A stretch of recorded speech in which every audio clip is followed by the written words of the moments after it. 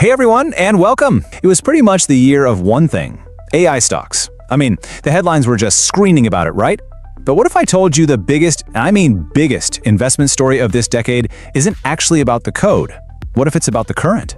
What if the real, quiet money is flowing somewhere completely different? You know, sometimes the most profound ideas are the simplest. This quote from Energy Central says it all. No juice, no boom. It's the ultimate reality check, isn't it? It's this one simple physical fact that's hiding in plain sight behind the entire AI gold rush. And understanding this could totally change how you see the investment world for years to come. I mean, we all saw it, didn't we? The chart's just going straight up, looking like a rocket launch. You couldn't escape it. And the pressure to get in on NVIDIA and the whole AI boom was just immense. It really felt like if you weren't on that train, you were getting left behind, missing out on the next big digital revolution. And that feeling, that frenzy, has kicked off this incredible modern-day gold rush. Everyone is out there chasing digital gold. We're talking about AI models that can write poetry, coding agents that can build entire apps, the whole shebang. But, just like with any gold rush, the big question isn't just about finding the gold. It's about figuring out if that gold is actually worth anything in the long run. And that's where we get this split between hype and reality. On one side, you have these just unbelievable claims, right? 10x productivity, writing code is dead, billions and billions of dollars are being poured in. But then there's the other side. You go to places like Hacker News, and you hear from the actual engineers in the trenches. And they're saying, well, hold on a minute. A human still has to review all this code. They're questioning if these massive investments will ever actually turn a profit. It's a real tug-of-war. But here's the thing.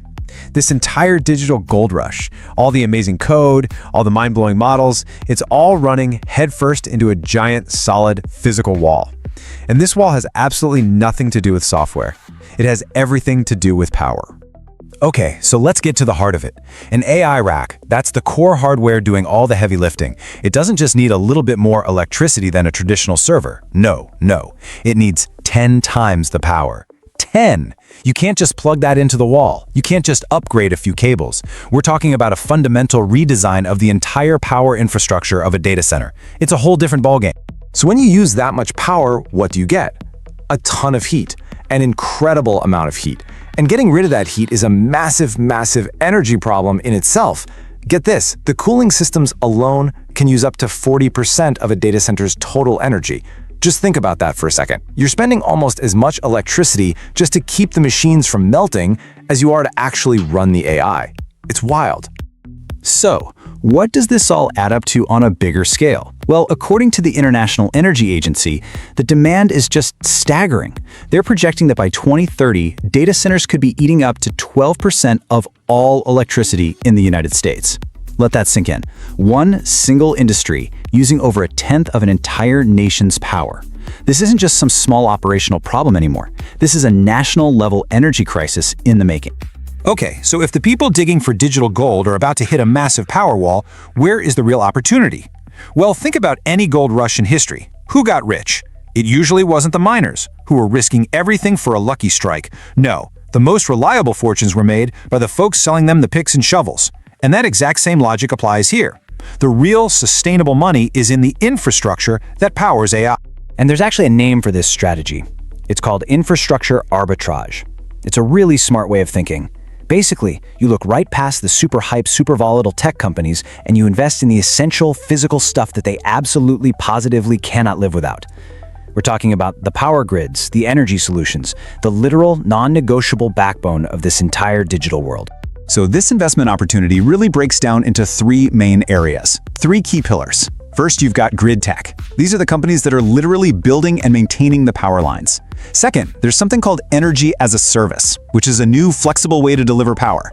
And third, you have basal load power, the heavy-duty, reliable 24/7 energy source that AI is absolutely desperate for. All right, so where is the smart money actually going right now?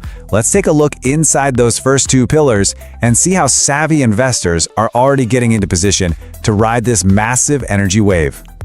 Check this out. While pretty much everyone was glued to the AI stock tickers, the so-called boring companies, the ones that build and maintain our electrical grid, have been quietly delivering huge returns. We're talking about a 30% sector-wide return just this year. That tells you that Wall Street is finally waking up. They're realizing that no juice, no boom isn't just a clever saying, it's a rock-solid investment thesis. Now, another huge area to watch is Energy as a Service, or EaaS. Think about it. If you're a tech company, building your own power infrastructure is incredibly complicated and costs a fortune. So instead, you can just subscribe to an energy service. It's basically like software as a service, but for electricity. You pay a subscription, and you get guaranteed power and efficiency without the insane upfront cost and the headache of managing it. And because this model just makes so much sense, it's creating a phenomenal market opportunity. The EaaS market is projected to literally double, going from over $74 billion in 2024 to nearly $145 billion by 2030. So yeah, this is not some tiny niche trend. This is a fundamental shift in how businesses are going to manage their energy from here on out.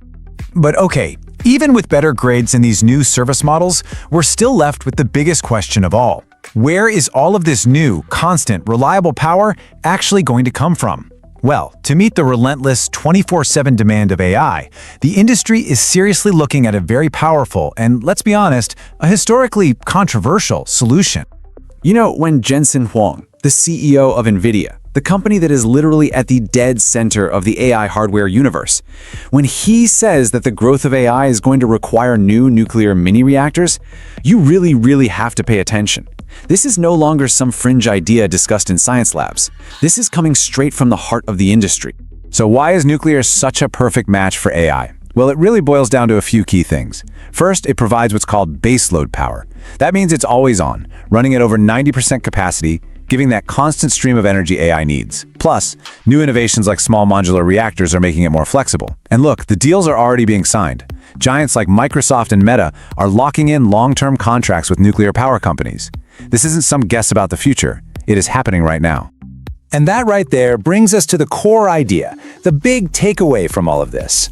For the last couple of years, we've been obsessed with the software, the clever algorithms, the code.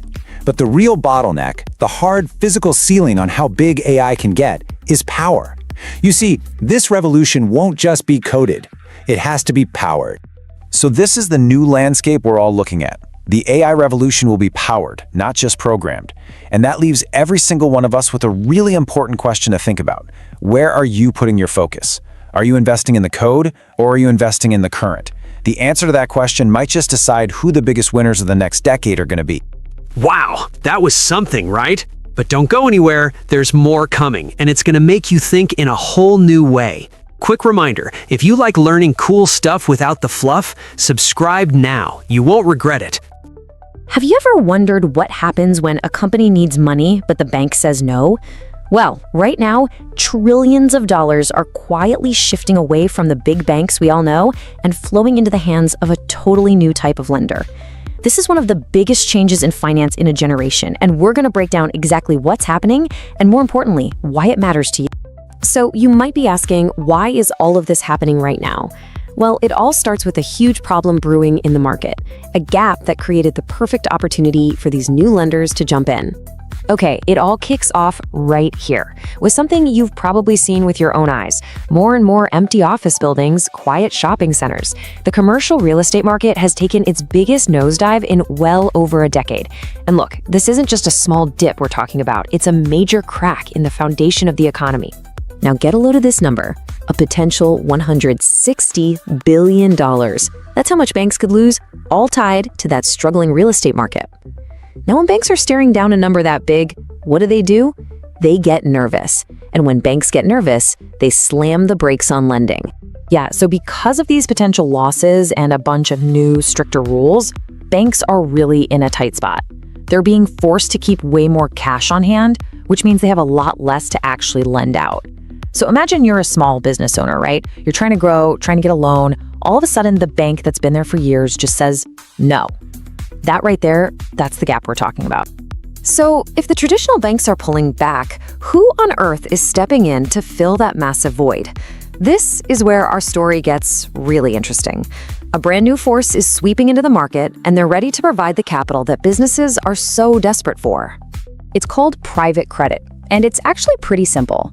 Think of it like this. Instead of a company going to a regular bank, they get a loan directly from a big investment fund. It's still lending, it's just happening without the traditional bank acting as the middleman. This is finance, literally moving out of the public spotlight and into the private market. This slide really lays it all out. On the left, you've got the old way, the traditional bank path. It's tangled up in regulations, it's often painfully slow, and it's super rigid. But then, on the right, you have these private lenders. They are fast, they are flexible, and they can create totally custom deals. I mean, if you're a company that needs to move quickly, the choice is pretty obvious, isn't it? And just so we're clear, we're not talking about some small niche corner of the market. Private credit funds have nearly $500 billion in what they call dry powder. That's just cash, sitting on the sidelines, ready to be invested at a moment's notice. It's like having a fire hose of capital ready to be aimed at the right opportunity. That is the kind of firepower we are dealing with here. Now, what's truly fascinating is that this private credit boom, it's just one piece of a much, much larger puzzle. It's part of a whole alternative universe of investments. You know, things you can't just go buy and sell on the stock market every day. So here's the big takeaway for this section. Money is on the move. Capital is pouring out of the traditional stock and bond markets and into these things called alternative investments. We're talking about real, tangible things that are all around us, often hiding in plain sight. Just take infrastructure, for example. I mean, every single time you use the cloud or mess around with an AI tool, you're tapping into this incredible demand for energy. And guess who's funding the data centers and power grids that make our entire digital world possible? You got it, private capital. Or what about transportation? You know, the ships, planes, and trains that move basically everything we buy. They're part of this massive $3.5 trillion upgrade cycle. And private investors are right there, helping to finance these absolutely essential assets. It can even be something as, down to earth as a forest. Timberland is a real physical asset. It can be a great hedge against inflation, and it provides the lumber we need for housing. It's a surprisingly sophisticated investment that's, it's literally growing on trees. Okay, so we've seen the problem and we've met the new players. But where is all of this heading? Well, the final piece of this puzzle is technology. And believe me, it is putting this entire transformation into overdrive. This quote just perfectly captures the mood right now. Big asset managers are no longer asking if they should tokenize their assets, which just means creating a digital version of ownership. Nope. Now they're only asking one thing: how fast can we do it? The race is officially on to bring all of these private assets into the digital age. And the experts? They're predicting a major tipping point as soon as 2026. This whole process of turning ownership of a real-world thing into a digital token is about to explode. And that could make these private investments way more accessible to more people. Just think about it. By 2026, over half of the world's biggest money managers are expected to be in this game. That is a seismic shift. And of course, we have to talk about AI. But here's the twist. It's not just another hot new thing to invest in. AI is becoming a co-pilot for the investors themselves. It's helping them analyze data, spot trends a human might miss, and make smarter, faster decisions. It is fundamentally changing the entire investment process from the inside out. So here's the bottom line. The world of finance is moving out of the public eye. It's becoming more private, it's becoming more direct, and it's being supercharged by technology. And all of that leads to a really crucial question for every single one of us. As this giant river of money changes its course, what new opportunities and what new risks is it going to create for the rest of us? Wow, that was something, right? But don't go anywhere, there's more coming, and it's gonna make you think in a whole new way. Quick reminder, if you like learning cool stuff without the fluff, subscribe now. You won't regret it. All right, let's talk about a big idea that all starts with a single number. We're going to look at the price of gold soaring past $4,000, what that really means, and how a pretty radical investment strategy might just be the key to navigating the wild world we live in today. So picture this, late 2025, gold doesn't just nudge past a record, it absolutely smashes it. We're talking blowing past $4,000 an ounce. Now, that's more than just a headline. It's a huge signal that the entire investing landscape is changing, and fast. Okay, let's dive right in. Look, this is not just some new high for a commodity. You have to see it for what it is, a flashing red light. It's suggesting a massive shift is happening right under our noses, a kind of great wealth rotation away from digital currencies and into hard, physical, tangible assets. You know, it really points to this growing sense of unease with the way things are. Those traditional safe havens like cash or government bonds, well, they're starting to look more and more vulnerable to things like inflation and just unpredictable global events. People are looking for things you just can't create out of thin air with a keystroke. And this whole shift, it isn't just a gut feeling. No, it's actually driven by a really powerful concept, one that explains why so many traditional portfolios can completely fall apart exactly when we need them the most.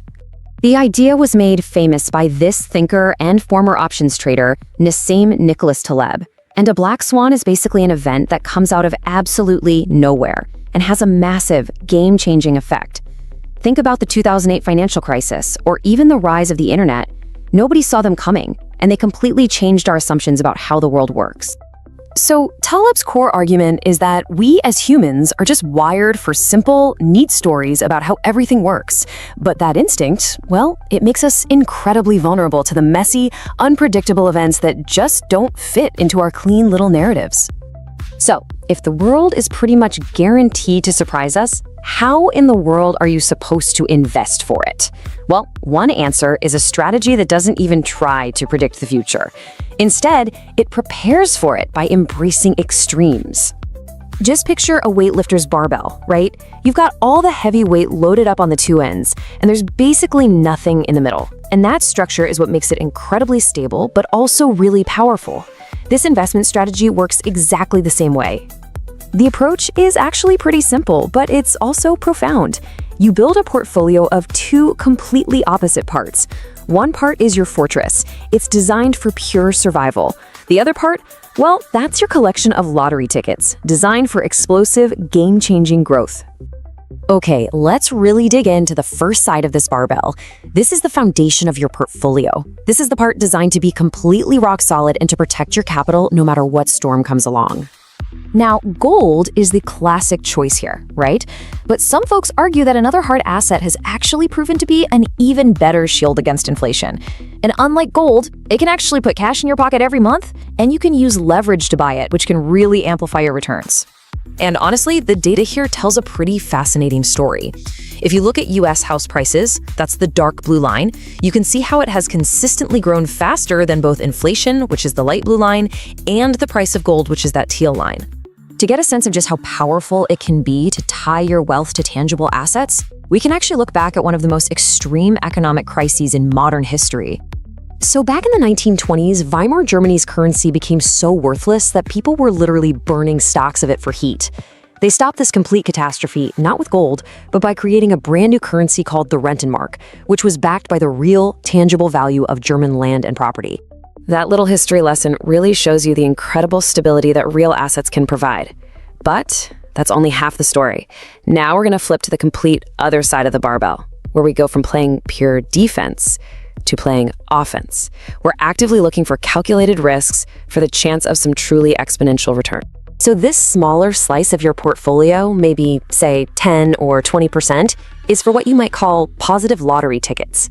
Think about new technologies that could change everything, or ventures in developing countries where growth could just explode. The best part is, your downside is capped. You can only lose what you invest, but your upside is theoretically unlimited. And here's the absolute key. You don't need to be a fortune teller. You don't have to find the one thing that's going to succeed. The whole idea is just to have a small stake in several of these high potential areas so that you're positioned to benefit massively if just one of them turns into a positive black swan for your portfolio. But the real genius of the barbell strategy, it's not just about what you hold, it's about what you actively avoid. This is the part that makes the whole thing click. The strategy argues that the absolute most dangerous place for your money is what it calls the vulnerable middle. We're talking about assets like cash or maybe medium-term bonds. And why is that? Well, because they give you the absolute worst of both worlds. You get tiny returns, but you're still completely exposed to the quiet damage of inflation and any sudden black swan event. So when you boil it all down, the logic is this. You combine a portfolio that is incredibly robust and can't be badly hurt with another one that has unlimited upside potential. The result is a whole that is way, way stronger and more resilient than just the sum of its parts. Which really, it leaves us all with a pretty critical question to think about. Is your portfolio built for the world we wish we lived in? You know, one that's neat and tidy and predictable? Or is it built for the messy, exciting, and unpredictable world we actually live in? Thank you for spending time with us here at the Violet Vault. Don't forget to like, subscribe, and drop your thoughts in the comments below. I'd love to hear from you. Until next time, stay focused and keep growing.